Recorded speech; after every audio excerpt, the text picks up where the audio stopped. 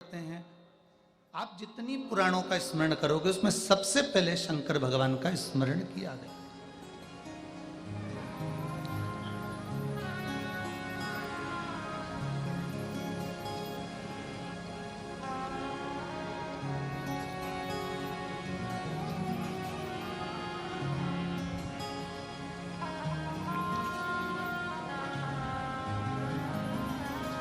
महाराष्ट्र की भूमि पर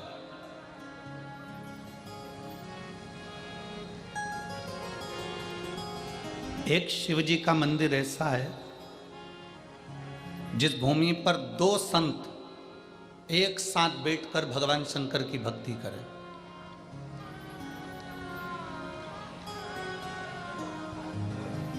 महाराष्ट्र की पवित्र भूमि पर एक शंकर का मंदिर ऐसा है जहां राष्ट्र के दो अनमोल हीरे, अनमोल संत, राष्ट्र के रतन, जिन्होंने शिव का दर्शन एक साथ किया,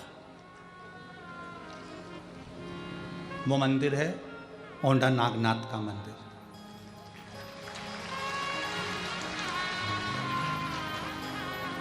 औंढा नागनाथ के मंदिर में जब नामदेव जी महाराज भजन करने के लिए अंदर गए और वहां पुजारी ब्राह्मण जन ने उन नामदेव जी महाराज को नृत्य करते हुए देखकर क्रोधित हो गए और उनको उठाकर मंदिर के पीछे फेंक दिया। गुरु नानक देव वहां से आ रहे थे और गुरु नानक देव जी अपनी मस्ती में मस्त, संत होता ही है, भगवान की भक्ति में इतना मस्त रहता है कि उसको दूसरे से कोई मतलब ही नहीं रहता। गुरु नानक देव जी आ रहे थे और गुरु नानक देव जी स्तुप्त होकर खड़े हो गए उस औंढा नागनाथ के मंदिर के दरवाजे पर।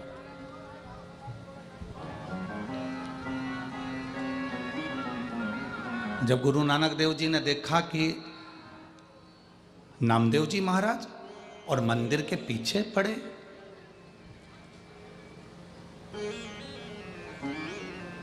नामदेव जी महाराज का बहुत सारा समय पंजाब की धरा पर निकला था।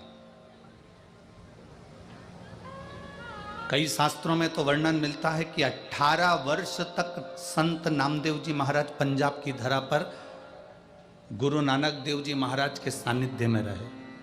हमारे शास्त्र वर्णन करते हैं।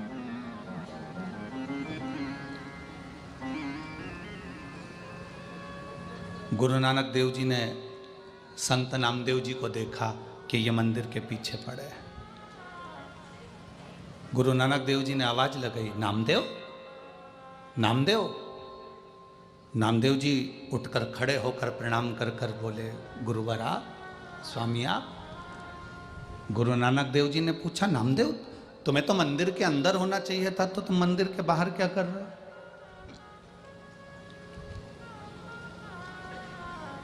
ये मंदिर के बाहर तुम्हारा क्या काम है? नामदेव जी ने कहा कि मैं भगवान की भक्ति कर रहा था, भजन कर रहा था, कीर्तन कर रहा था, मंत्र जाप कर रहा था, स्मरण कर रहा था, और मेरे दुनिया में ऐसी कोई जगह नहीं जहां पर ईश्वर नहीं, परमात्मा नहीं।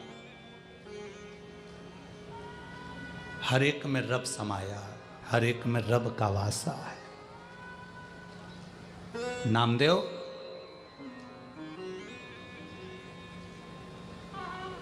अगर तेरी भक्ति प्रबल है, तेरा विश्वास प्रबल है, तेरा भरोसा दृढ़ है, तो मंदिर का पिछाड़ा अगाड़ी होगा और अगाड़ी पिछाड़ी होगा। मंदिर का जो पीछे का हिस्सा है वो आगे हो जाएगा और आगे का हिस्सा पीछे। अगर तेरा विश्वास पक्का है, तेरा भरोसा पक्का है, तेरी दृढ़ता पक्की है, तो ये होकर ही रहेगा। सब कुछ विश्वास पर। ये जायसवाल परिवार में कथा हो रही है। श्री राजकुमार जी जायसवाल इस कथा को लिए हैं। कलयुग में कथा करवाना बहुत कठिन विषय है, बहुत कठिन। और मैं राजकुमार जी जायसवाल जी को धन्यवाद दूंगा और उनकी धर्मपत्नी सौभाग्यवती श्रद्धा जी जायसवाल जी को धन्यवाद दूंगा कि आप दोनों का जो विश्वास है, आप दोनों का जो दृढ़ता है, इतना विश्वास आपका सालासर बालाजी के प्रति और शिव जी के प्रति इतना दृढ़ी है कि भोलेनाथ को आपके यहाँ कथा करने के लिए आना ही पड़ा। ये भरोसा, ये विश्वास। और आप मानेंगे नहीं, मैं ये इस कथा को लाखों लोग आस्था चैनल पर देख रहे हैं, फेसबुक यूट्यूब पर श्रवण कर रहे हैं और कई लोग इस कथा को श्रवण कर रहे हैं। यवतमाल जिले से कई बार कथा के लिए फ़ोन आए। हमने एक ही बात उन लोगों को कही कि भाई ये कथा तो बनी में चली गई है, और वो भी यवतमाल जिले के अंतर्गत, वो भी यवतमाल जिले के अंतर्गत ही आती है। तो कथा तो कहीं पर, कथा तो जिले के अंदर ही हो रही है। उस कथा का लाभ आप सब लो। पर मुख्य एक ही बात कहने में आती है कि कहीं पूर्वजों का भाग्य प्रबल होगा, कहीं तुम्हारे माता पिता का भाग्य प्रबल होगा, कहीं उनका पुण्य भाग्य प्रबल होगा, और आप लोगों के पुण्य की गुल्लक भराई होगी, तब जाकर ये शिव महापुराण की कथा बनने में आई होगी। ये प्रभु कृपा।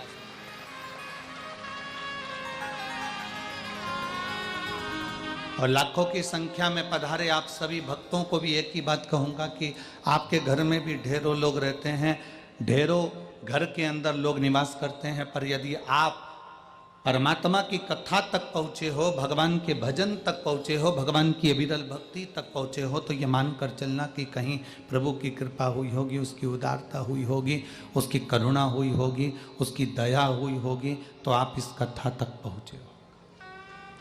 बहुत कठिन है, बहुत कठिन। दुनिया को अपना बनाया जा सकता है, पर अपनों को अपना नहीं बनाया जा सकता। बहुत कठिन है महाराज।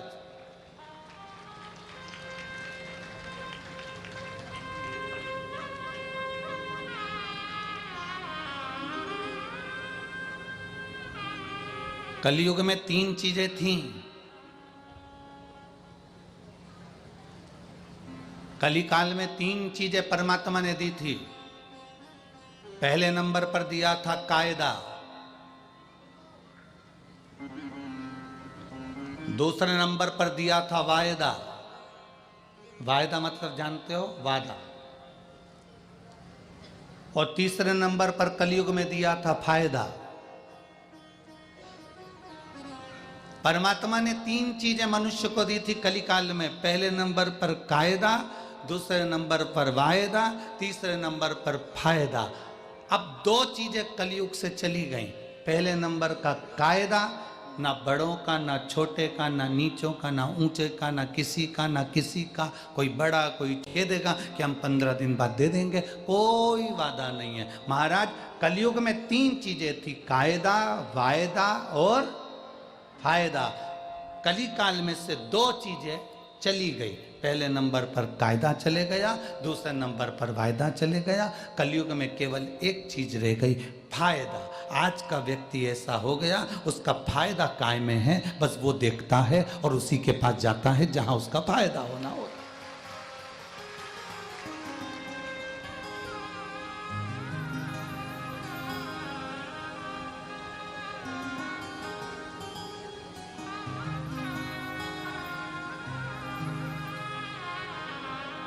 थोड़ा सा कायदा करिए, थोड़ा सा सम्मान करना सीखिए, थोड़ा सा कायदा करना सीखिए, थोड़ा सा आदर करना सीखिए, थोड़ा सत्कार करना सीखिए, थोड़ा सम्मान करना सीखिए। जो वादा किया है उसको निभाने का एक प्रयास करिए। जो वादा आपने किया उसको निभाने का प्रयास करो।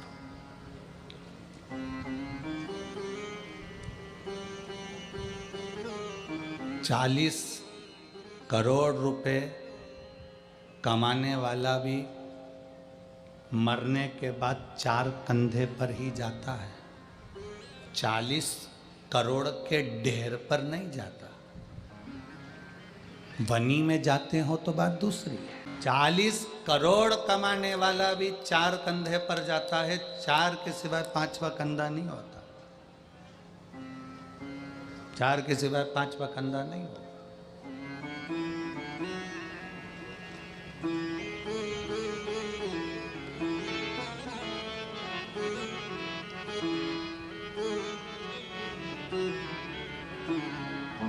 रे मन मुसाफिर निकलना पड़ेगा, काया कुटी खाली करना पड़ेगा।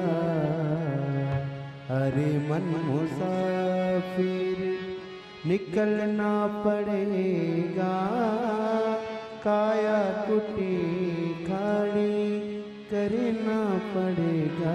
40 करोड़ कमाने वाला भी 4 कंधे पर जाता है, उसके लिए ज्यादा कंधे नहीं होते।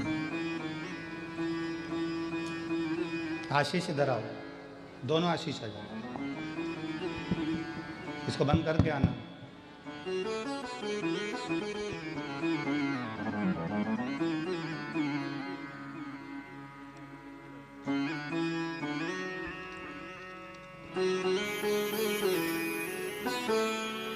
काया कुटी खाली करना पड़ेगा।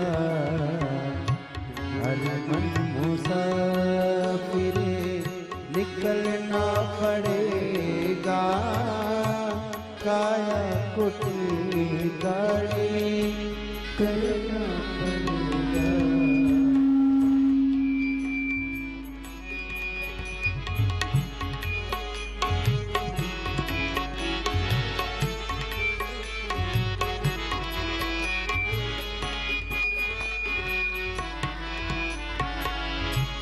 चमड़े को कमरे को तू क्या संभाले, जिस दिन तुझे घर का मालिक निकाले, उसका किराया भी भरना पड़ेगा। काया कुटी खाली करना पड़ेगा। रे मन मुसाफिर निकलना पड़ेगा, काया कुटी खाली करना पड़ेगा। रे मन मुसाफिर। शास्त्र कह रहा है 40 करोड़ कमाने वाला भी 4 कंधे पर जाता, 4 कंधे पर जा रहा। आपने व्यापार किया आपने, पर इतना जरूर याद रखना, सब कुछ जोड़ना, उसके साथ में आप अपना व्यवहार जरूर जोड़ना, जो अंत समय तक जाने वाला है।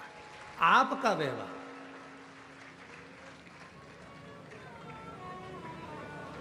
अंत समय तक वो जरूर जाए। और यदि व्यवहार नहीं है तो वो नहीं जानेगा। शिवपुराण कहती है महाराज, भगवान शंकर का चरित्र कह रहा है, भगवान शिव की पवित्र कथा कर रही है।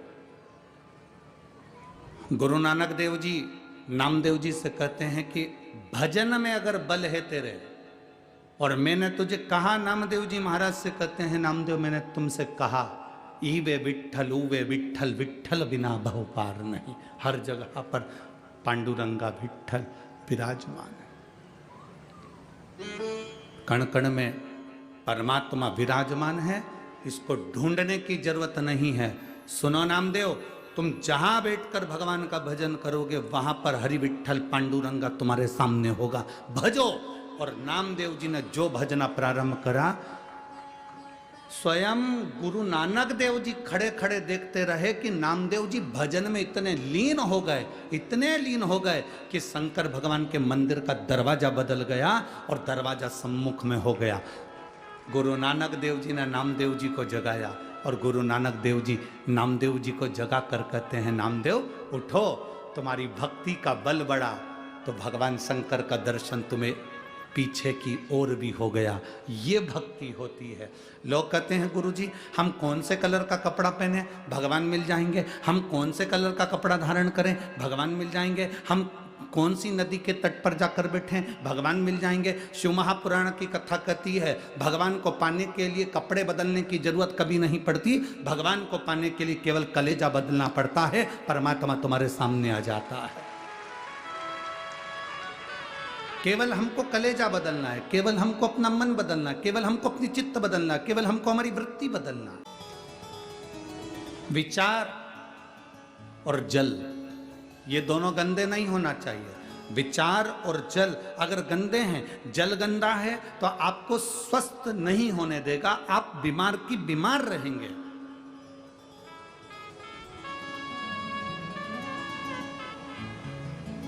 जल गंदा है तो शरीर बीमार कर देगा, शरीर गंदा कर देगा। और अगर विचार गंदे हैं तो वो मन गंदा कर देगा, आपकी सोच गंदी कर देगा। श्रेष्ठता पाइए, श्रेष्ठता। कितना सुंदर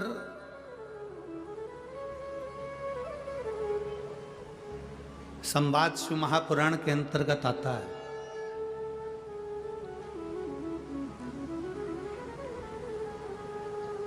सती मैया का विवाह भगवान शिव जी के साथ में हो रहा है। माता सती भगवान शंकर जी के साथ में ब्याह रही है।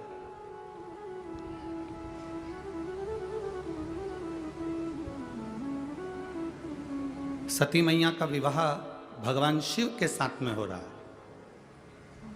सती मैया भगवान शंकर को अधिक प्रेम करती है, बहुत प्रेम। दक्ष प्रजापति ने सती माता को समझाया था। दक्ष प्रजापति ने माता सती जी से कहा था कि सती सुन, तू ये विवाह मत कर, ये शादी मत कर। मैं तेरे लिए अच्छा वर देख देता हूँ, अच्छा घर देख देता हूँ, तेरे लिए अच्छा परिवार देख देता हूँ। पर सती मैया नहीं मानी। मुझे विवाह करना है तो केवल शिव से करना है और किसी से।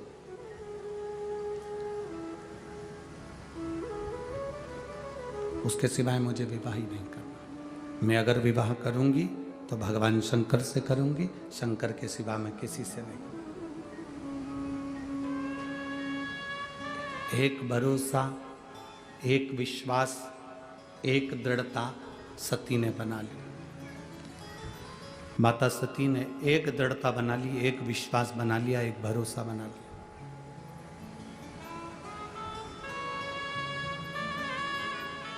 अगर मैं विवाह करूंगी तो केवल शिव से। आप शंकर भगवान कहां रहते हैं? कैलाश पर। शिव जी कहां निवास कर रहे हैं? शमशान में। शिव जी कहां रह रहे हैं? पर्वत के ऊपर। सती मैया कहां रह रही है? राजा दक्ष प्रजापति के घर में, जहां करोड़ों की संपदा है, वैभव है, धन है, संपदा है, सत्ता है, सब कुछ है। दक्ष प्रजापति की यहां कोई कमी नहीं।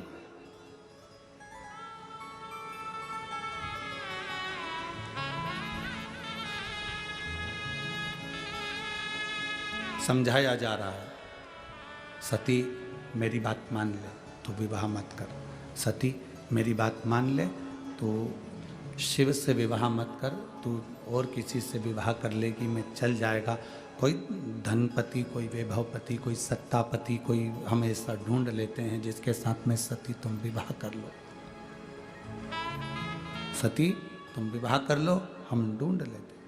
सती ने सती कहती हैं मैं विवाह करूंगी तो केवल देवाधिदेव महादेव से करूंगी, इसके सिवा विवाह नहीं करूंगी।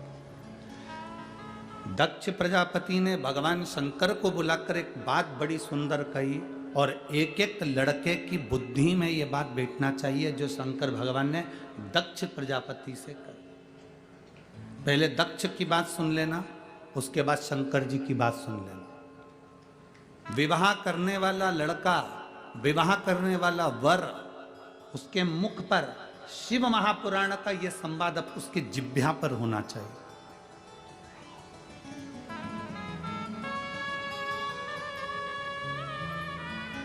दक्ष प्रजापति ने कहा, सुनो शिव, मेरी बेटी सती का विवाह तुम्हारे साथ में हो रहा है। मेरी बेटी सती का विवाह मैं तुम्हारे साथ में कर रहा हूं, और मेरी बेटी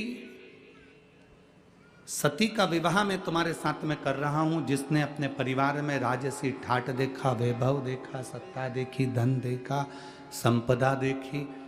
अब मेरी बेटी तुम्हारे साथ में विवाह करना चाहती है। तुम कैलाश पर रहते हो, शमशान में रहते हो, तुम्हारे पास में ऐसा धन, वैभव, संपदा कुछ भी नहीं है। मेरा मन करता है कि तुम जो मांगोगे मैं अपनी बेटी के कन्यादान में वो दे दूंगा। थोड़ा ध्यान देना वनी वालों, बहुत सावधानी से कथा सुनना। और जितने लोग आस्था चैनल पर कथा सुन रहे हैं, फेसबुक यूट्यूब पर कथा सुन रहे हैं, हे भोलेनाथ शंभु, कन्यादान में तुम जो मांगोगे मैं तुम्हें वो दे दूंगा।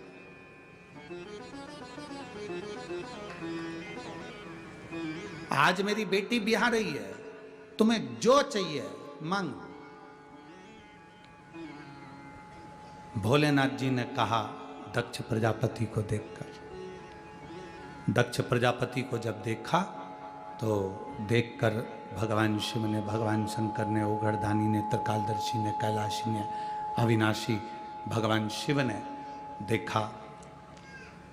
और भगवान शंकर ने देखते ही दक्ष प्रजापति के हाथ जोड़ते हुए, क्योंकि ये सती के पिता हैं, मेरे ससुर हैं, सती के पिता हैं, मेरे ससुर हैं, तो हाथ जोड़ते जोड़ते उन्होंने निवेदन किया, हाथ जोड़कर निवेदन करा दक्ष प्रजापति से, ससुर जी, पिताजी, मैं आपकी बेटी की मांग में जो सिंदूर भरूंगा, बस वो सिंदूर भरी हुई बेटी मुझे कन्यादान में दे देना। और वही इतना वर जरूर देना कि सिंदूर जो उसकी मांग में भरा गया है, वो सिंदूर मांग में भरी हुई बेटी आज डोली में बैठ रही है। और ये वर देना कि वो मांग में सिंदूर भरी हुई बेटी एक दिन अंतिम समय पर अर्थी में परिलेट। शक्तिपीठ गए हैं? किसी शक्तिपीठ के दर्शन करें आप लोगों ने?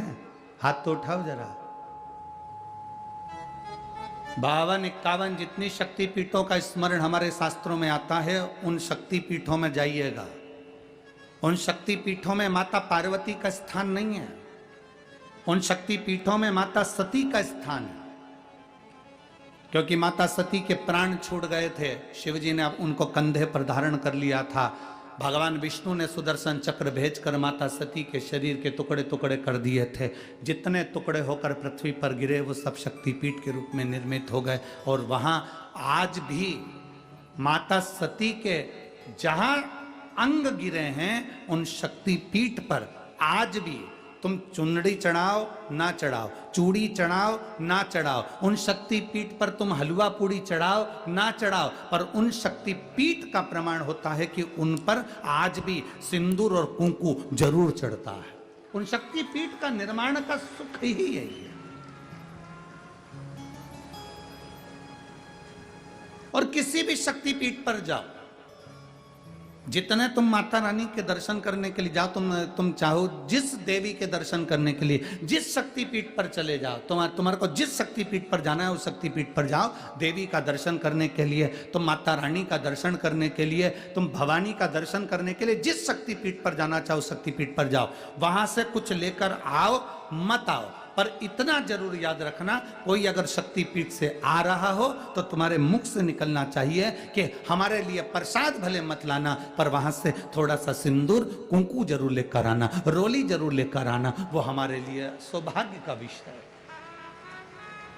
वो हमारे लिए आनंद का विषय है।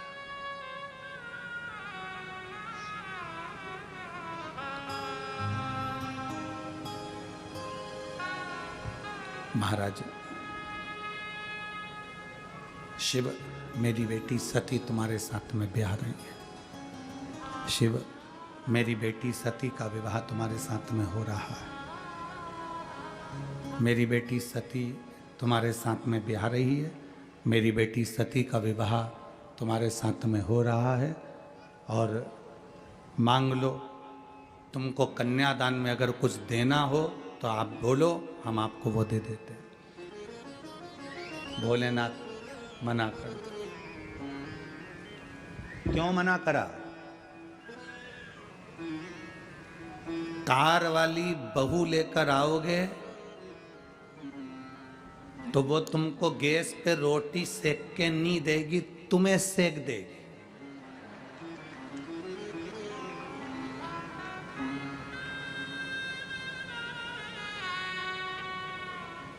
पर संस्कार वाली बहू लेकर आओगे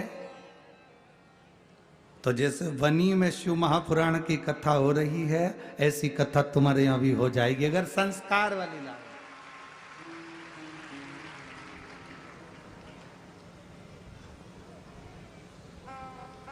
आज के जमाने में शादी नहीं होती, समझौता होता है। आज के जमाने में विवाह नहीं है, आज के जमाने में खरीदारी है। रिश्ता जहां होता है वहां पहले बात हो जाती है, 10 लाख का, 15 लाख का, 20 लाख का। और माँ बाप भी धन्य हैं जो खरीद भी लेते हैं, क्योंकि इनकी आदत में है। तो उसके लिए 10 रुपए की उनने टॉफी खरीदी। बेटी बड़ी हो गई, 10,000 की साइकिल खरीदी। बेटी और बड़ी हो गई तो 2-5 लाख की गाड़ी खरीद ली। 2-5 लाख रुपए की गाड़ी। बेटी और बड़ी हो गई तो उन्होंने सोचा अब क्या खरीदें, तो उन्होंने कहा लड़की की शादी करना है तो 2 लाख खरीद लो।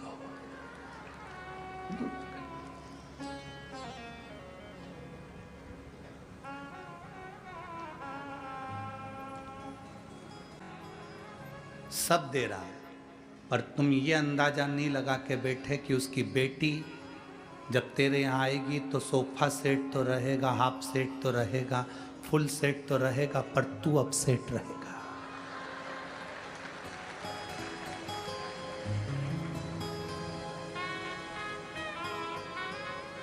तुमने ये अंदाजा नहीं लगाया कि तेरा क्या होगा कालिया। अब तुमने तो धन देख लिया, संपदा देख ली, सत्ता देख ली ना। बहुत ध्यान देना शिव महापुराण की कथा पर। अगर तुम्हारी बेटी संस्कारित है, तुम्हारी बेटी में संस्कार हैं, तो करोड़ों का धन मत देखना, बेटी के लिए वर देखना। लड़का नहीं, वर देखना। अगर तुम्हारी बेटी संस्कारवान है तो ये निश्चित है तुम्हारे पास में धन नहीं भी होगा ना तो वो घर को करोड़पति तो एक दिन बना ही देगी। अगर उसका दिल हृदय बड़ा है तो वो घर में संपदा लेकर आएगी। पर हम होड़ में लगे हैं। हमारा घर जितना बड़ा है ना, हमारे यहाँ पर 4 पेट्रोल पंप हैं तो कम से कम 2-3 पेट्रोल पंप का मालिक लड़का मिलना चाहिए। हमारा बंगला जितना बड़ा है उससे दुगना बड़ा बंगला लड़के का होना चाहिए। हमारी बेटी के अनुसार रामचरितमानस कहती है, सीता जी 4 वर्ष की अवस्था में धनुष बाण उठाकर चढ़ा देती थी, तो जनक जी ने यह संकल्प ले लिया था कि सीता का विवाह उसी के साथ करूंगा जो धनुष को उठाकर चढ़ा देगा। अर्थात ये हमारी सोच होना चाहिए कि बेटी तुम्हारी जितनी विद्वान है, बेटी तुम्हारी जितनी समझदार है, उससे दुगना समझदार उसका वर होना चाहिए, धन नहीं।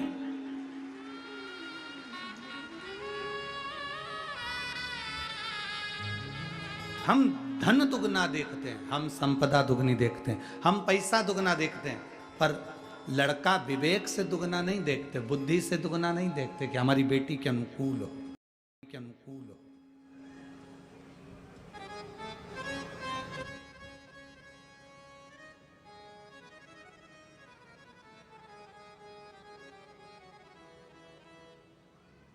खूब दिया, खूब। ओ बेटी ससुराल में रहियो तू चांद बन के। तुम भी बोलो एक बार, बेटी ससुराल में रहियो तू चांद बन के। हीरा और पन्ना की दुकान बन के, हीरा और पन्ना की दुकान बन के। बेटी ससुराल में रहियो तू चांद बन के। हमारे यहाँ बेटी की जब विदाई होती थी तो माताएं घर से कहकर भेजती थी, क्या लाइन बोलती थी? ओ बेटी ससुराल में रहियो तू, बोलो रे बनी वालो, चांद। कौन सी दुकान? जम के बोलो जरा। हीरा और पन्ना की दुकान बन के, हीरा और पन्ना की दुकान बन के। इस लाइन में पान की दुकान नहीं बोली, क्योंकि पान की दुकान चारों तरफ से खुली होती है और सुनार की दुकान, हीरे पन्ने की दुकान चारों तरफ से बंद होती है। इसलिए बेटी हीरा और पन्ना की दुकान बन के, बेटी ससुराल में रहियो। अब तुम भी बोल लो जरा इस लाइन को, सास ससुर जो पहले जागे तू पहले जियो।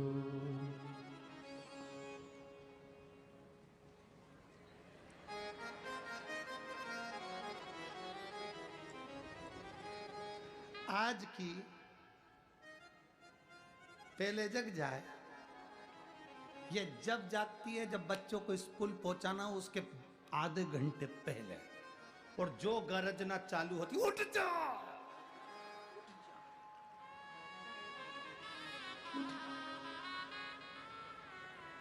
बच्चे तो नहीं उठते, पर पास में जो सो रहा है भेरू वो उठ जाता। उठते सी हाथ जोड़ के बोलता है, ए चंद्र घंटा, ए कुष्मांडा, कात्यायनी, कालरात्रि, हे काली खप्पर वाली, आज क्या हो गया जो तू इतनी गरज रही है? तुम तो सोते रहो, बच्चों को जगा दो। मैं आई अब भी, और गई रसोई घर में 4-6 बर्तन फेंका फाकी करी। इतने में बेचारी सास जग कर बोली, बेटा एक काम कर, तू बच्चों को तैयार कर ले, मैं टिफिन बना दूंगी। वो तो चाहती यही थी कि डोकरी उठे, वो चाहिए रही थी कि उठे।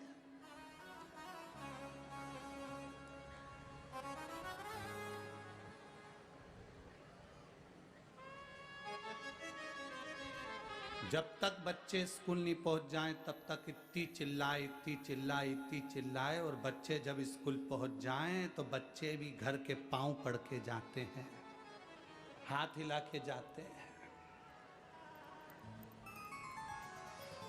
माँ बड़ी खुश होती है, मेरे बच्चे मुझे बाय करके गए। बच्चे कहते हैं बाय नहीं करा, 5 बजे तक की छुट्टी। बाय नहीं करा है हमने, 5 बजे तक की छुट्टी है। तो क्या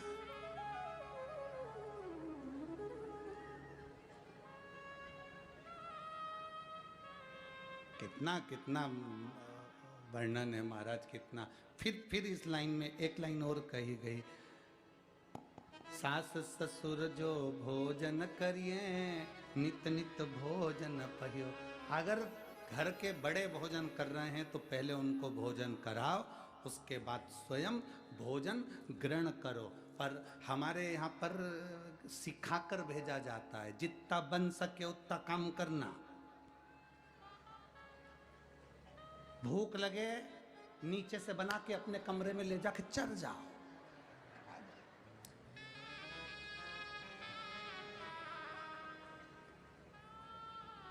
प्रयास करो। कोई घर में भूखा तो नहीं है,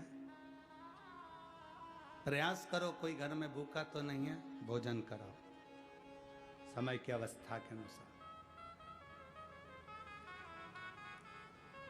हमारे ब्राह्मण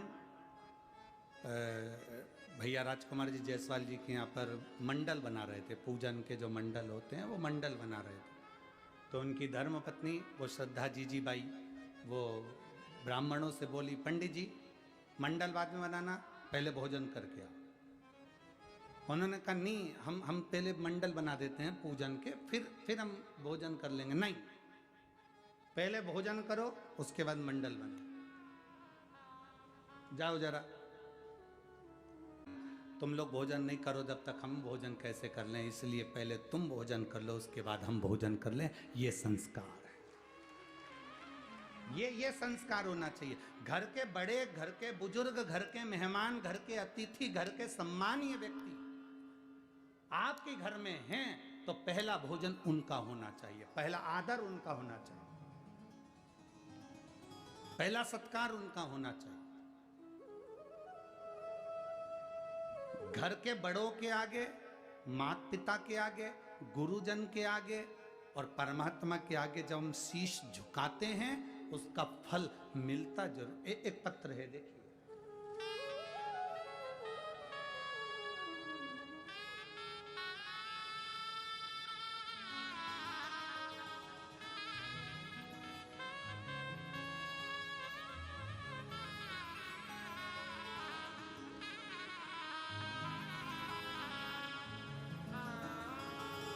मैं कविता जायसवाल नागपुर से आई हूँ। कहीं बैठी हो तो हाथ हिला सकती हैं, आप ही हैं, हाथ हिला दे। मैं कविता जायसवाल नागपुर से हूँ गुरुजी। आपको भी प्रणाम और आपकी माता जी को भी प्रणाम, धन्यवाद। आपकी माता जी को भी प्रणाम जिन्होंने ऐसे पुत्र को जन्म दिया, जिन्होंने शिव महापुराण की कथा जनमानस को सुनाई, धन्यवाद। आपके कथा के माध्यम से एक लोटे जल का क्या महत्व होता है, हमारे भीतर एक विश्वास और श्रद्धा उत्पन्न करिए। 2020 से मैंने आपकी कथा टीवी पर सुनना प्रारंभ करी। मेरे 2 बेटे हैं, दोनों सीए की पढ़ाई कर रहे थे। दोनों बेटे कभी 2 नंबर से कभी 3 नंबर से रह जाते थे। बच्चे आए हैं साथ में, हाथ हिला दो बाबू, बधाई आपको पहले तो बहुत बहुत। 2-2, 3-3 नंबर से रह जाते थे। आज के समय के बच्चे कैसे शंकर जी पे भरोसा कर लें, क्योंकि आज वैज्ञानिक युग है और वैज्ञानिक युग में इतनी जल्दी विश्वास पैदा नहीं होता परमात्मा के प्रति। पर मेरे बच्चे जब 2-2 नंबर से रह रहे थे तो मैंने दोनों बच्चों से कहा कि अब की बार यदि एग्जाम देना तो शिव जी पे 1 लोटा जल चढ़ाओ, बेलपत्री में शहद लगाओ और भगवान शंकर को समर्पित कर कर फिर जाओ। बच्चे हंसकर कहते हैं, माँ बेलपत्री पर शहद लगाकर समर्पित करने से क्या रिजल्ट अच्छा आता है? मैंने अपने बच्चों से कहा, सीओर वाले महाराज कहते हैं दिल से पढ़ाई करो, डट के पढ़ो, जितनी तुम्हारी कैपेसिटी है उससे ज्यादा पढ़ो और भगवान शंकर पर भरोसा कर कर फिर जाओ। मेरे बेटों ने कहना माना, जल चढ़ाया और आज मैं बाबा को धन्यवाद देना चाहती हूँ। मेरे दोनों बेटे अच्छे नंबर से सीए में पास हो गए। मैं बाबा को धन्यवाद देने के लिए बहुत बहुत बधाई आपको बाबू, शिव तत्व प्राप्त हो। गुरुदेव, मैं हमेशा सोचती थी सीहोर कहाँ जा पाऊंगी, कब जा पाऊंगी, पर मेरे पशुपति नाथ व्रत का फल मिल गया जो आप हमारे यहाँ शिव महापुराण की कथा करने के लिए पधारे, उसकी साधु बात था। और मेरे दोनों बच्चे आज बाबा की कृपा से सिलेक्ट हुए हैं। बहुत बहुत साधुवाद बाबूजी, आपको बहुत धन्यवाद। बैठिए। शिव तत्व इसी को कहते हैं, औघड़ी शंकर इसी को कहते हैं। और तेरी कृपा बिना ना हिले एक भी अणु, लेते हैं श्वास तेरी कृपा से तनु तनु। आप शिव पर जितना भरोसा करोगे, जितना विश्वास दृढ़ करोगे, वो उतना शिव आपके करीब में, आपके नजदीक। लोग कहते हैं गुरुजी, क्या शंकर भगवान की कथा सुनने से या शंकर जी पर एक लोटा जल समर्पित करने से क्या हमारा कार्य हो सकता है? मानो तो मैं गंगा माँ हूं और ना मानो तो बहता पानी। आप मानो तो ये गंगा जल है, ना मानो तो बहता हुआ पानी है। आप मानो तो शिव महापुराण जगत की झोली भरने वाली है, और ना मानो तो केवल एक पुराण है, केवल एक पुराण। एक पत्र और है।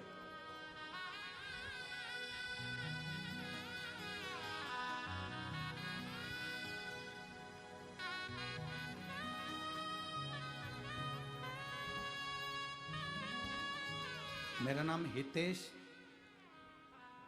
तारेकर है। गांव का नाम दाखा, जिला यवतमाल। मेरा मोबाइल नंबर ये है। कहीं बैठे हैं क्या? कहीं बैठे हो तो हाथ हिलाइएगा। आप ही हैं? ऐसा हाथ हिला दो एक बार, वापिस हाथ हिलाओ एक बार। मेरा नाम हितेश तारेकर है। गांव का नाम दाखा, जिला यवतमाल। मेरा मोबाइल नंबर ये है। एक लोटे जल का मैं क्या वर्णन करूं गुरुदेव। जो लोग पत्र पढ़ते हो तो वो एलईडी पर या आस्था चैनल पर हमारे साथ में इस पत्र को साथ में पढ़ भी सकते हैं। मेरा नाम हितेश तारेकर है। गांव का नाम दाखा, जिला यवतमाल। मेरा मोबाइल नंबर ये है। मैं एक लोटे जल का, बेलपत्र का क्या वर्णन करूं गुरुदेव। मेरे पैर के घुटने में गठान हो गई थी। वो गठान 1.5 साल हो गए थे। डॉक्टर ने कहा था इसका ऑपरेशन होगा, और ऑपरेशन कर कर गठान निकाली जाएगी और जांच के लिए जाएगी। गुरुदेव, आज के समय में अगर गठान हो जाती है तो बड़ा भय लगता है, डर लगता है कि ना जाने कौन सी बीमारी हो गई, क्या करा जाए। और डॉक्टर ने कहा इस गठान को निकाल कर जांच के लिए भेजना पड़ेगा। तब मेरे पड़ोसी के कहने पर मैंने पहली बार आपकी शिव महापुराण की कथा सुनी और शंकर भगवान पे चढ़े हुए बेलपत्र को खाना प्रारंभ करा। जल चढ़ाता, बेलपत्र लाता, मेरी गठान गलना प्रारंभ नहीं हुई गुरुदेव। फिर आपने एक कथा में कहा था कि बेलपत्री के पीछे का हिस्सा नोक तोड़कर, पीछे की जो डांट होती है, डंडी होती है, उसको तोड़कर शिव जी की अशोक सुंदरी वाली जगह पर स्पर्श करो। उसको चढ़ाकर स्पर्श कर कर कुंदकेश्वर महादेव का नाम लेकर उसको खाना प्रारंभ करो। गुरुदेव, मैंने 22 दिन तक उस बेलपत्री के पीछे की डंडी को अशोक सुंदरी वाली जगह पर चढ़ाकर कुंदकेश्वर महादेव का नाम लेकर खाना प्रारंभ करा और बाबा से विनती करी, बाबा मेरे पाँव में गठान हो रही है, डॉक्टर के हिसाब से इसका ऑपरेशन कराकर ये मुंबई जांच के लिए जाएगी। बाबा ऐसी कुछ कृपा करो कि यह गठान गल जाए। बाबा ऐसी कृपा हुई। 22-23 दिन तक मैंने वो बेलपत्री के पीछे की डांट अशोक सुंदरी वाली जगह पर चढ़ाकर कुंदकेश्वर महादेव का नाम लेकर खाना प्रारंभ करा, और बाबा की कृपा से मेरा ऑपरेशन भी नहीं हुआ और मेरी गठान पूरी गल गई। मैं बाबा को यहाँ नमन करने के लिए आया। अब ठीक है बाबू, हाथ हिला दो एक बार। हर हर महादेव। बैठिए। श्री शिवाय नमस्ते। खाली ना जाता कोई दर से तुम्हारे, खाली ना जाता कोई दर से तुम्हारे, मैं भी खड़ा हूँ नन्ही बाह पसारे, अपने गए से लग लगा लो लगा लो, गिना जा रहा हो, उठा लो उठा लो, भोले अपने दर से अब तो न टालो, गिरी जा रहे हो, उठा लो। शिव महापुराण ढोंग से, छल से, प्रपंच से, पाखंड से दूर है। शिव महापुराण केवल एक कार्य बताती है, शंकर का भजन करो और एक लोटा जल समर्पित कर कर अपनी जिंदगी को सार्थक करो। बस ये शिव महापुराण है। बोल बम का नारा है, सारी समस्या का हल। शिव को एक लोटा जल समर्पित अपने भीतर करो।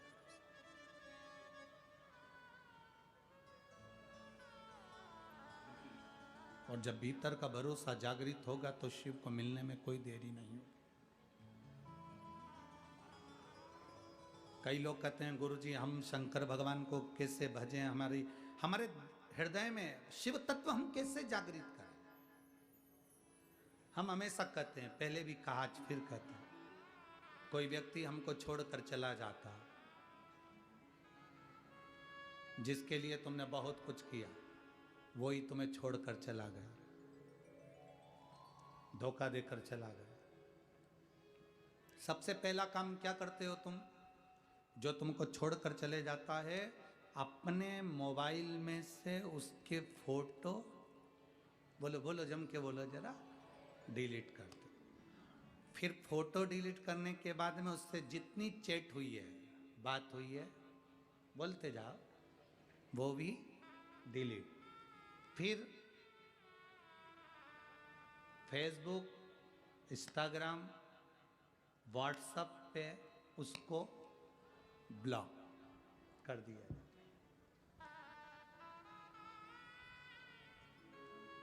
फोटो हटा दिए, चैट हटा दी, ब्लॉक कर दिया। पर ईमानदारी से बोलो,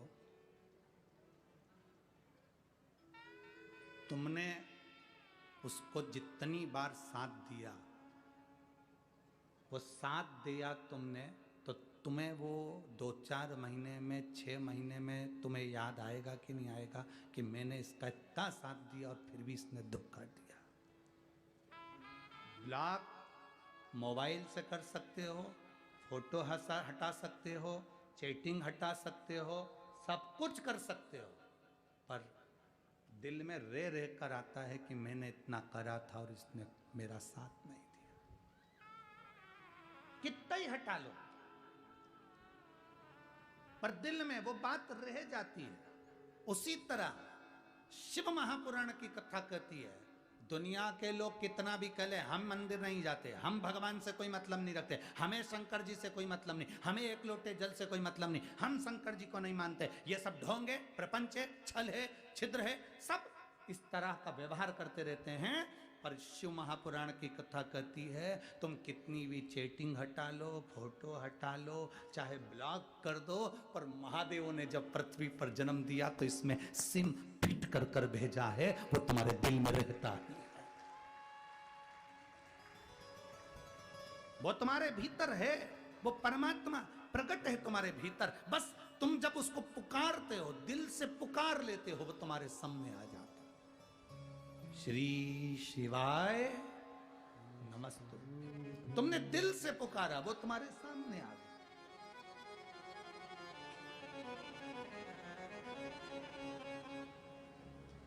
जिस दिन तुमने दिल से पुकारा, वो तुम्हारी साक्षी में आ गया।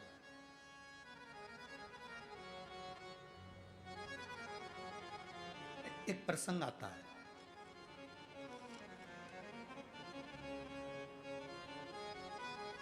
काशी के राजा दिवोदास,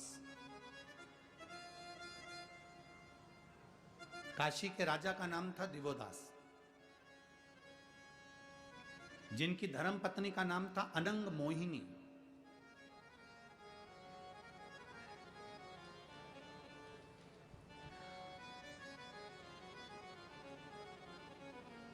अनंग मोहिनी का नियम था, गंगा जी का जल भरती थी लोटे में, पात्र में, और पति शिव जी की भक्ति में लगा रहता था तो उसको ले जाकर देती और शंकर जी पे जल समर्पित करती। दिवोदास की धर्म पत्नी अनंग मोहिनी का नियम था, काशी नरेश की धर्म पत्नी अनंग मोहिनी का नियम था शिव की भक्ति करना।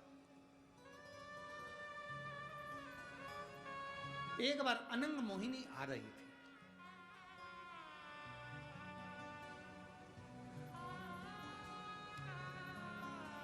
कई लोग कहते हैं गुरुजी आप ये जल कीमत क्यों है? आप में से कितनी माताएं जो शंकर जी को चढ़ाए हुए जल को लेकर आती है? जरा हाथ तो उठाओ। लाते हो सब लोग? लाना चाहिए, रखो। उस कथा के स्मरण को जरा श्रवण करिए कि कथा स्कंद पुराण का ये चरित्र वर्णन कर रहा है। स्कंद पुराण को अगर आप पढ़ेंगे तो स्कंद पुराण के काशी खंड को पढ़िएगा।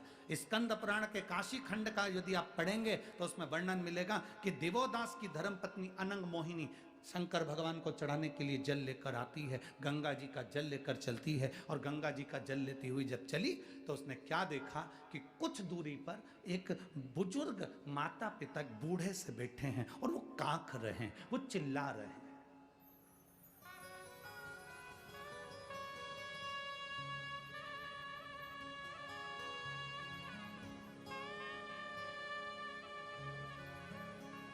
चिल्लाने का भी एक तरीका होता है।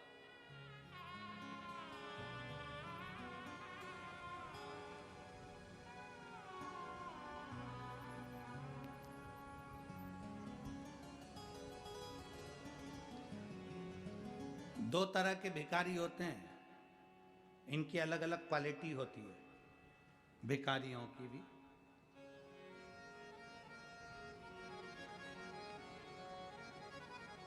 एक भिखारी वो होता है जो केवल तुम्हारे दरवाजे पर आकर चिल्लाता है, भैया 10 रुपए दे दो ना, भैया 1 रुपये दे दो ना, भैया 5 रुपए दे दो ना, भैया रोटी दे दो ना। और एक भिखारी वो होता है जो सुबह से शाम तक भगवान का नाम ले लेकर पुकारता है, राम राम कीर्तन कर रहा है, भजन कर रहा है, नाम जाप कर रहा है। एक तुम्हें पुकार रहा है और दूसरा भगवान को पुकार रहा है। जो तुम्हें पुकार रहा है वो भूखा सो सकता है, पर जो भगवान को पुकार रहा है वो भूखा नहीं।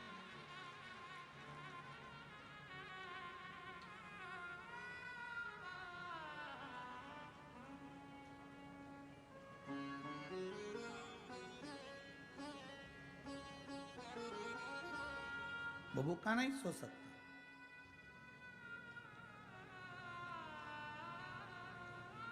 भिखारी की क्वालिटी अलग अलग है, 2 क्वालिटी अलग अलग। एक भूखा रह सकता है। कौन भूखा रह सकता है? जिसने तुमको पुकारा है। हो सकता है तुम्हारे यहां से भोजन नहीं मिले, आगे से भोजन नहीं मिले, दूसरे के दरवाजे पर गया, वहां उसने आवाज लगाई, भैया रोटी दे दो, काका जी रोटी दे दो, मामा जी रोटी दे दो, भाभी जी रोटी दे दो, जीजी भाई रोटी दे दो, पैसा दे दो। पर जो भगवान को पुकार रहा है, राम राम कृष्ण नाम शिव नाम हरि विट्ठल पांडुरंगा राम कृष्ण हरि, भगवान का भजन कर रहा है, तुम्हारे दरवाजे पर खड़ा भजन कर रहा है, तुम्हारे दरवाजे पर आया और भगवान का भजन कर रहा है, उसको तुम भले कुछ मत दो, उसके भजन का बल बढ़ेगा ना तो परमात्मा को भी नीचे आकर उसके कटोरे में रोटी देना ही पड़ेगा। भजन का बल बढ़ेगा तो वो देगा। आप ये मत सोचना कि शिव महापुराण की कथा हमने अभी अमरावती में सुनी थी, अभी हमने 40 गांव में सुनी थी, अभी हमने जलगांव में सुनी थी, अभी हमने यहाँ सुनी थी, वहां सुनी थी। ना ना ना, नागपुर सुनी ना। आपके स्मरण में रहना चाहिए कि मुझे भगवान को पुकारना है, मुझे शिव महापुराण की कथा तक जाना है, पंडाल में बैठकर मुझे कथा सुनना है। क्यों? क्योंकि मैं उसके दरवाजे पर बैठकर उसके नाम को अगर पुकारूंगी तो एक दिन वो भी कैलाश छोड़कर मेरी दुख की घड़ी में मेरे दरवाजे पर खड़ा मिलेगा। और अंत समय प्रभु आना पड़ेगा, वचन दिया तो निभाना पड़ेगा। आए ना आए प्रभु कुटुंब कबीला,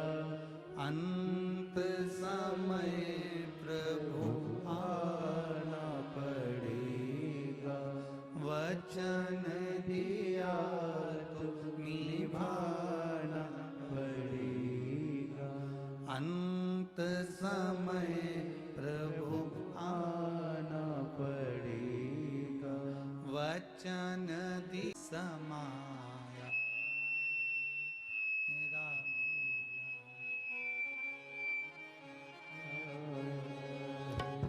हरि ओम में ओम समाया है मेरा भोला नगर में आया है।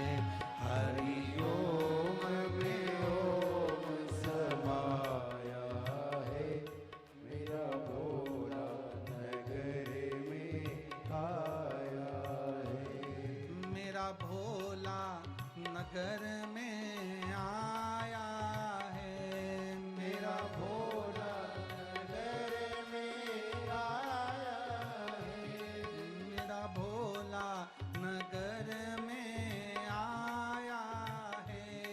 मेरा भोला नगर में आया है। ओम समा मेरा भोला नगर में आया है। हरि ओम में ओम समाया है मेरा भोला नगर में आया है।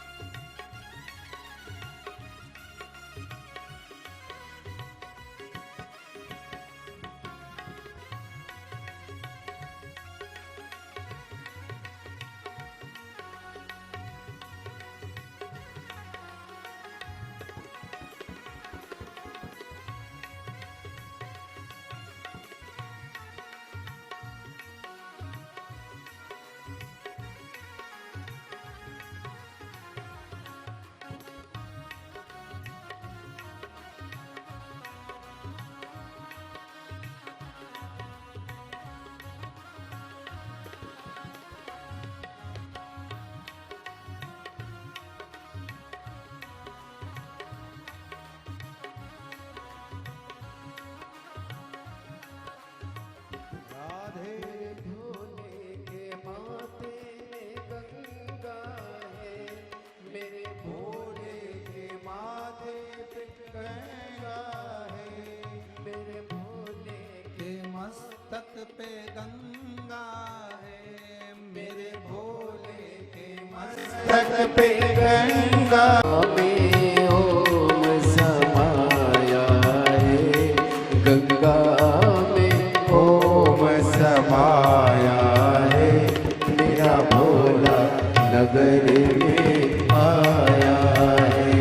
गंगा में ओम समाया है मेरा भोला नगर में आया है। मेरा भोला नगर में आया है। मेरा भोला नगर में आया है। ओ मेरा भोला नगर में आया है।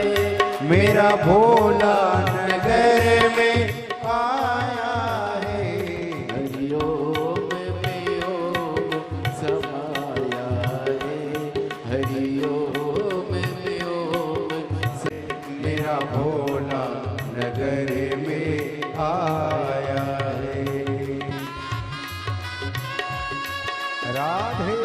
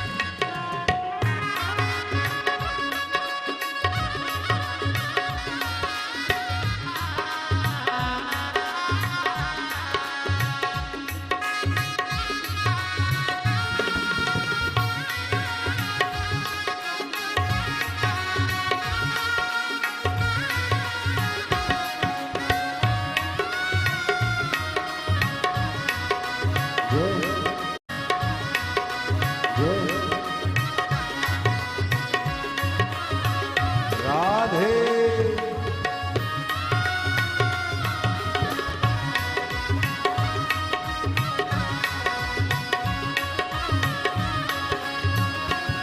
मेरे भोले के हाथों में त्रिशूल है।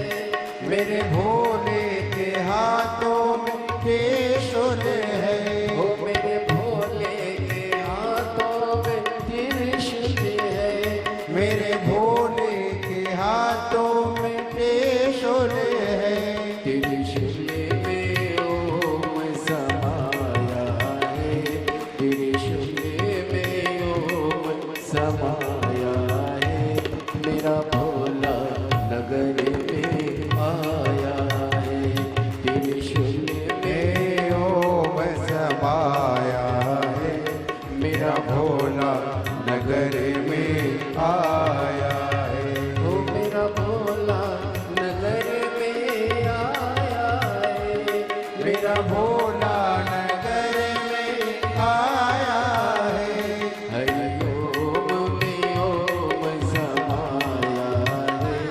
हरि ओम में ओम समाया है। मेरा भोला नगर में आया है।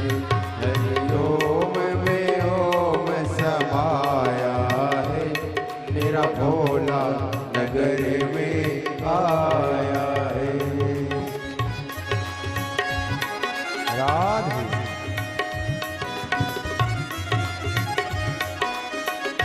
जय हो।